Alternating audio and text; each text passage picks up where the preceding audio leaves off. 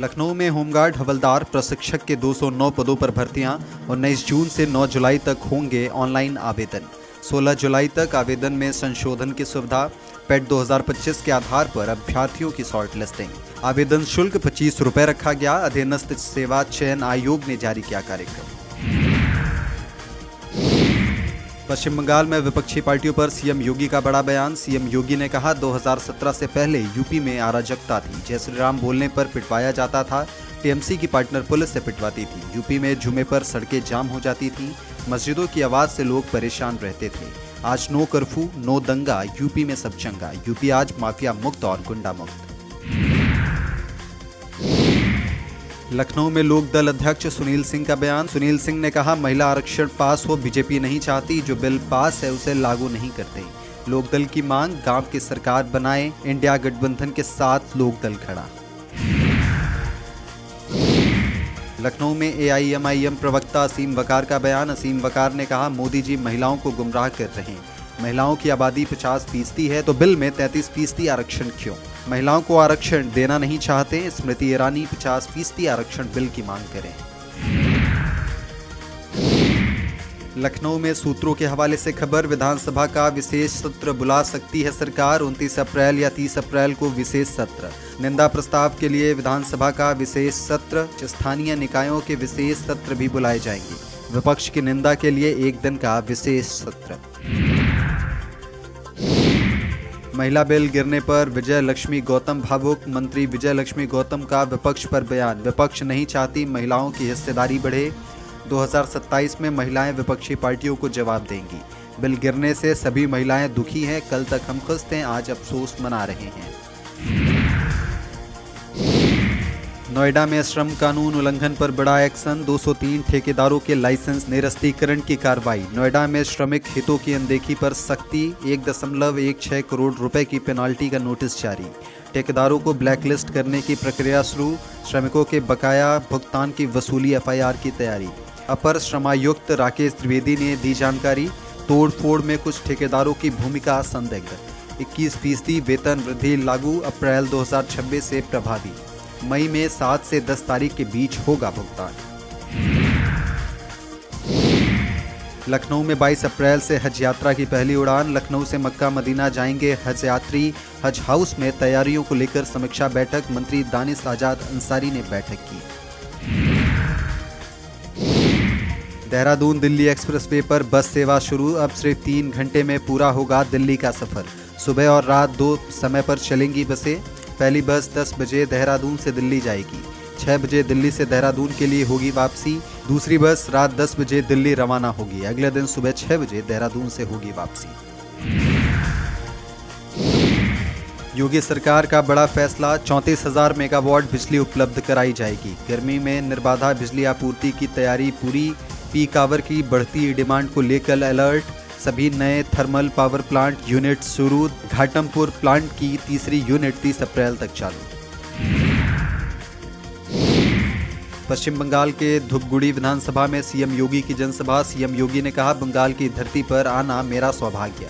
बंगाल वीरों और किसानों की धरती है। बंगाल देश की कल्चर कैपिटल।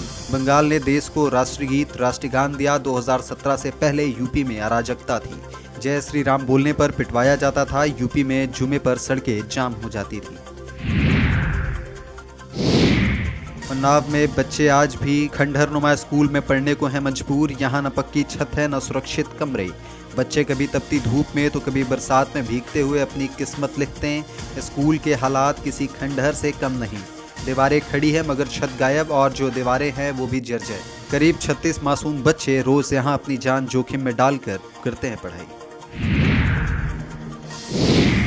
पश्चिम बंगाल दौरे पर सीएम योगी। माथाभांगा में सीएम योगी की जनसभा। सीएम योगी ने कहा बंगाल ने भारत को गौरवशाली परंपरा दी। कांग्रेस टीएमसी ने संशोधन पास नहीं होने दिया। विपक्षी घुसपैठियों की पैरोकारी करते थे। गरीबों का हक मारने की पैरोकारी करते थे। महिलाओं को मिलने वाले अधिकार से रोका। विपक्ष ने आधी आबादी का अपमान किया। टीएमसी को मुस्लिम तुष्टीकरण से फुर्सत नहीं।